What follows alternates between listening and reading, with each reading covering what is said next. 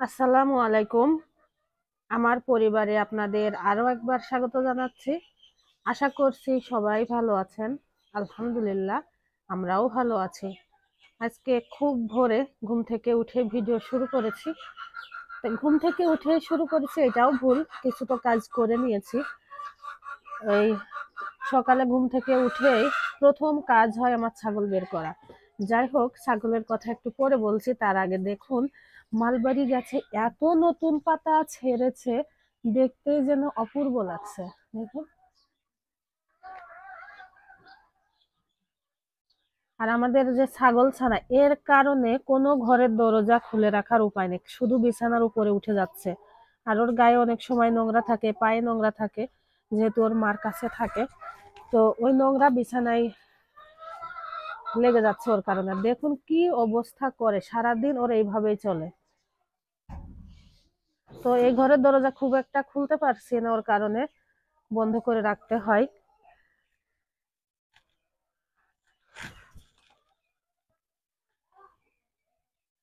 গতদিন দুপুরের দিকে হালকা করে একটু বৃষ্টি হয়েছিল। আর আমাদের এই যে স্ট্রবেরি গুয়াভা গাছ, এটাতে তো নতুন পাতা ছেড়েছে, তার সাথে নতুন ফুলও এসেছে।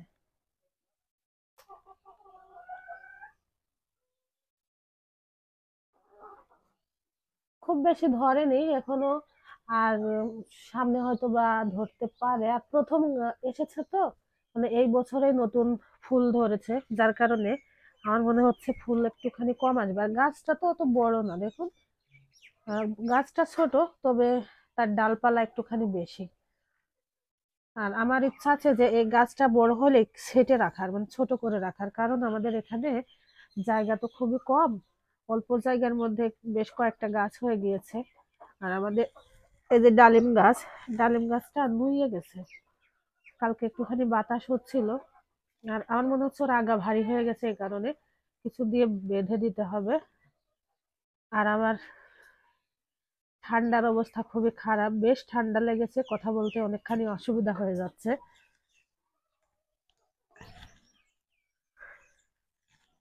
আমাদের এদিকটায় তো ছোট্ট আঙিনা, আর এদিকে এই যে আমার ছোট্ট গাজরের ক্ষেত। তো গাজর নেমেছে কিনা সেটা দেখার জন্য বর্ণমালার বাবা কালকে একটা তুলেছিল। দেখলো বেশ একটু ওই যে এই আঙুলের মতো চিকুন, একটুখানি লম্বা হয়েছে। তো রমজান মাস ইনশাল্লাহ ভালো একটা ফল পাওয়া যাবে, মানে ভালোই হবে মনে হচ্ছে। সকালে ঘুম থেকে উঠে প্রথমে ছাগল বের করে দিয়ে, ছাগলের যে শোয়ার জায়গায় চট দিই, সে চটও বের করে দিই, না হলে শুকাতে চায় না। আর ছাগলের খাবার দিই, না হলে এত চিৎকার চেঁচামেচি করে যে মাথা পুরো নষ্ট হয়ে যায়। তো আমরা ভেবেছি ছাগলের বাচ্চা যতদিন ওর মাঠ থেকে খাবার খাবে ততদিনই রাখবো ওই ছাগলটা। তারপরে কিছু একটা করার চিন্তা ভাবনা আছে। আর ছাগলের বাচ্চা একটু একটু করে ঘাস খাওয়া শিখছে, যে দেখুন এই গাজরের পাতা দু একটা করে বেশ ভালোই খাচ্ছে। তো পুরোপুরি এখনো খাওয়া ধরেনি। আর আমাদের কমলা গাছে কয়েকটা ফুল এসেছে, একটি জায়গায় দুইটা এসেছে, আর ওইদিকেও এসেছে, তবে আমি এখনো দেখিনি। বর্ণমালার বাবা বলছিল। আর এত ধৈর্য সহকারে দেখার আসলে সময় অতটা পাওয়া যায় না। সকালবেলা উঠে যে যুদ্ধ শুরু হয় সেটা একেবারে থামে ধরুন বেলা 12টা 1টার দিকে।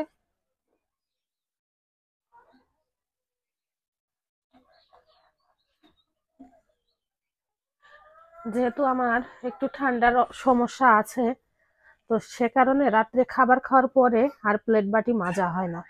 ওই সময় পানি ঠান্ডা থাকে। এখন মোটামুটি আবার শীত পড়েছে গ্রামে, গতকাল বৃষ্টি হওয়ার পরে।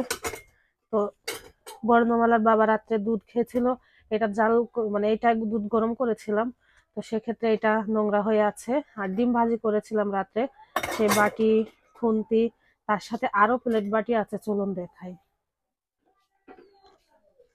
সকালবেলা ঘুম থেকে উঠে আমি প্লেট বাটিগুলো বের করে রেখে দিই এখানে।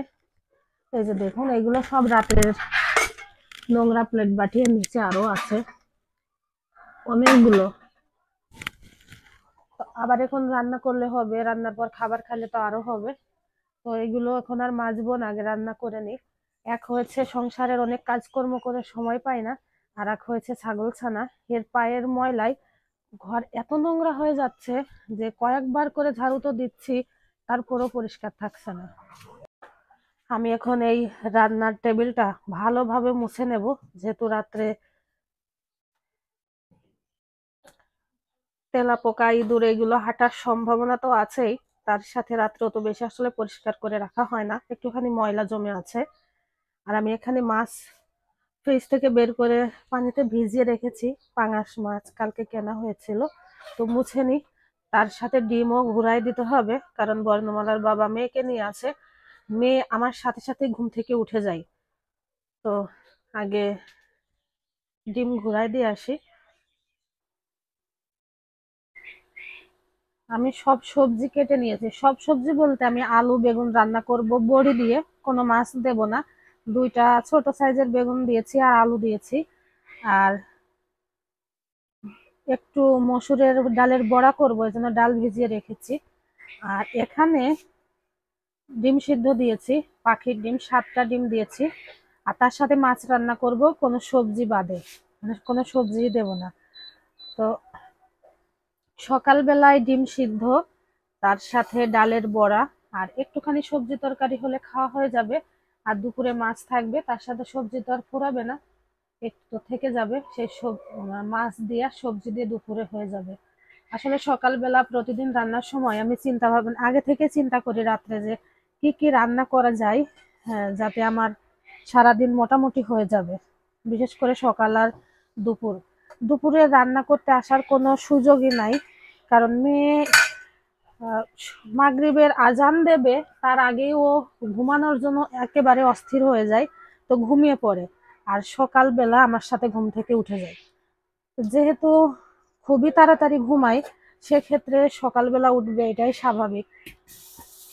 তো সকালবেলা ঘুম থেকে উঠে গেলে আমার কাজকর্মের একেবারে 12টা বেজে যায়, কি আর করা যাবে। তাও একটা ভালো দিক যে মেয়ে আমাকে রাত জাগিয়ে বসায়, মানে মেয়ের জন্য বসে থাকতে হয় না।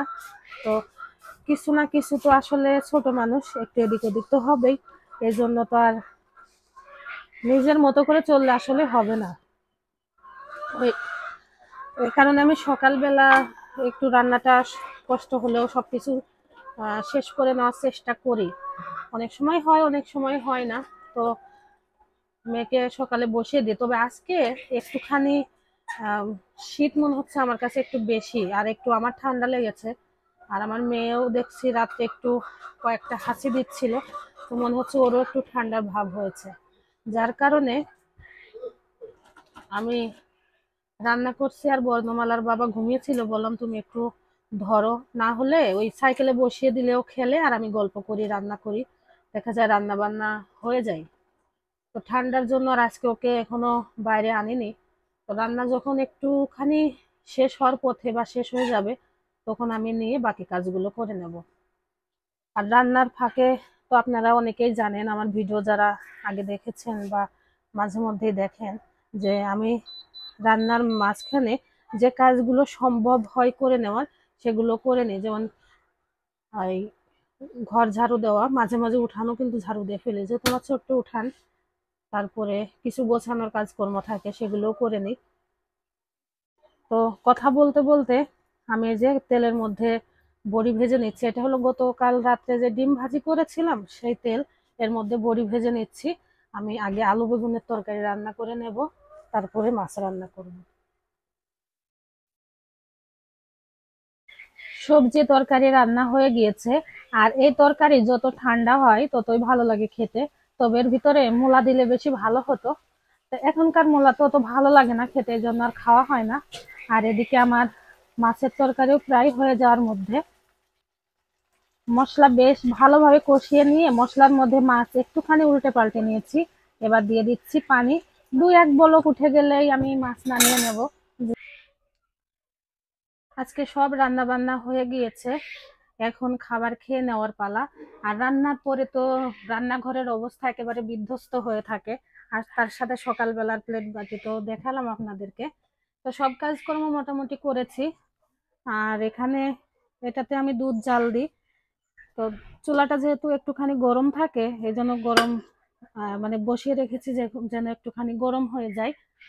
আর হচ্ছে আজকের রান্না বান্না ডালের বড়া, তার সাথে হচ্ছে ডিম সিদ্ধ করেছি। এই ডিম সিদ্ধ করা তো সহজ, তবে ছিলতে গেলে খুব বেশি বিরক্ত লাগে যেহেতু ছোট ছোট। আর এই হচ্ছে আমার সবজি তরকারি। এই তরকারি খেতে বেশ ভালো হয়েছে মনে হচ্ছে, কারণ যখন আমি লবণ টেস্ট করেছিলাম যে হয়েছে না কম হলো, তখন দেখি ঝোলটা খেতে বেশ ভালো লাগছিল। নিরামিষ হলেও এ তরকারি খেতে ভালো লাগে। আর এই হচ্ছে আমার মাছের পাতলা ঝোল, একটু তেল তেলা করে রান্না করেছি, মানে একটু তেল বেশি দিয়ে। কেমন হয়েছে আমার আজকের রান্না বান্না অবশ্যই কমেন্টে জানাতে পারেন। তো চলুন আগে খেয়ে নিই, যেহেতু সকালের খাবার খাওয়ার সময় হয়েছে। তো খাবার খেয়ে নিই, বাকি কাজগুলো করে নেব। আমাদের সকালের খাবার খাওয়া হয়েছে।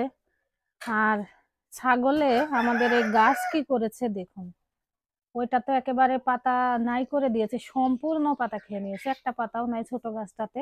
ছোট গাছের পাতা শেষ করে এবার এই বড় গাছের পাতাতে ধরেছে। এগুলো হচ্ছে টমেটো গাছ। আর এই যে আমি সকালের খাবার খেয়ে ঘর দরজা মোটামুটি ক্লিন করে নিলাম, শুধু মোছা হয়নি। আর আমার মেয়ে এখন ঘুমিয়ে আছে।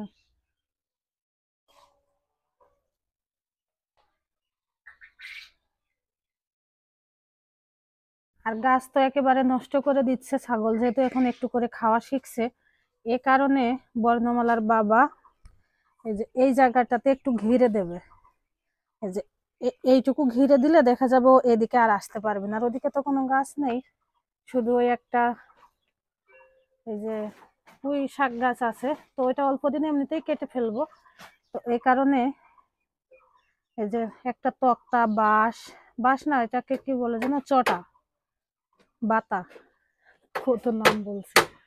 তো এটা দিয়ে এখানে ঘিরে দেবে, দেখা যাক কয়দিন ওকে ধরে রাখা যায় কিনা। না হলে এখন এত ছোট বাচ্চা তো আর বেঁধে রাখা যায় না, আর তাছাড়া গাছ খেয়ে নেবে, মানে ছেড়েও রাখা যাচ্ছে না, এই একটা অবস্থা।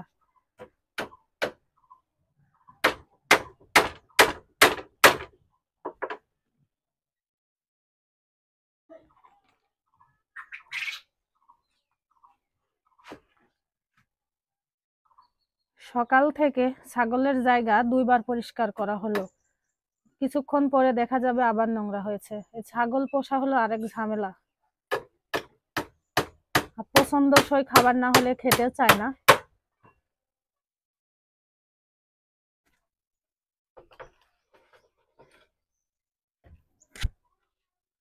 মানে আপাতত যতদিন বাধা না হয় ততদিন আটকে রাখার একটা ছোট্ট প্রয়াস। কি হ্যাঁ, তো এইভাবেই একটুখানি আটকে রাখার জন্য এটা বানানো হলো। তো আটকে রাখবো ওকে, না হলে আমাদের সব গাছ শেষ করে দেবে। আর আমাদের গাছগুলো বড্ড শখের।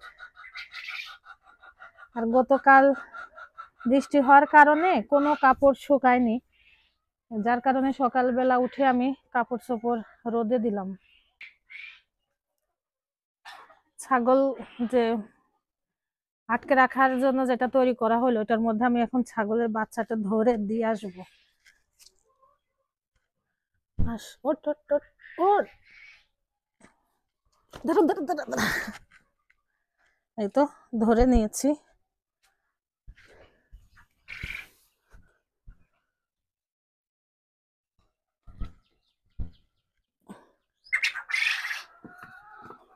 এখন এইটুকুর মধ্যেও খেলাধুলা যাই করে করুক, এদিকে না আসলেই হলো।